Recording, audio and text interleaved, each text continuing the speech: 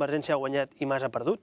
Perquè Convergència com a partit és innegable que ha guanyat, té un 30% dels vots a Catalunya de les urnes, però en canvi Artur Mas com a jugada, com a farol, podríem dir en termes de cartes, doncs li ha sortit malament. El que dic és que Artur Mas com a candidat té un hàndicap, que és que ell mateix amb la seva posició ha tancat moltes portes a l'oposició, i no només amb Ciutadans, amb el PSC, amb el PP, amb el govern d'Espanya, amb Iniciativa en temes socials. Per tant, jo he sentit a dues seus electorals, la d'Iniciativa i la de Ciutadans, Mas dimissió, i em sembla una immoralitat. És a dir, parlar d'expoli és parlar de robar amb violència, parlar de treure-li els diners a la gent amb violència. Per tant, em sembla una expressió absolutament de cap manera defensable des del punt de vista polític, i fer una terminal, per exemple, jo li poso també de demandes des de Catalunya que hem fet, no? És a dir, la terminal 1 de l'aeroport de Catalunya, de Barcelona, la principal de Catalunya, era necessària? Jo dic no. Ara, ja sé que és fàcil dir-ho ara, però quan un veu com està buida la terminal 2 de Barcelona, diu, home, doncs potser no calia 8.000 milions d'euros en una terminal nova.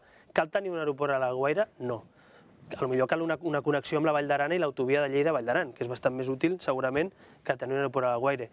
Cal connectar l'AVE amb França? Absolutament. I per què no es connecta? Doncs una gran errada del govern d'Espanya. I una d'aquells que defensem que hem de pertànyer a la resta d'Espanya i a Espanya, jo sempre dic, home, la miopia del govern d'Espanya és pensar que el corredor mediterrani és una inversió per Catalunya. No, miri, és una inversió per Catalunya, per tota Espanya, per altres comunitats. Per tant, alguns estem una mica entre l'espasa i la paret amb això, perquè veiem errades al govern d'Espanya, però per altra banda també és injust dir que aquí també es fan coses malament, no? I que també hem demanat coses que un valora. El que sí que és innegable és que la LOFCA actual és molt millor pel sistema de finançament autonòmic català. Vostè creu que n'hem guanyat?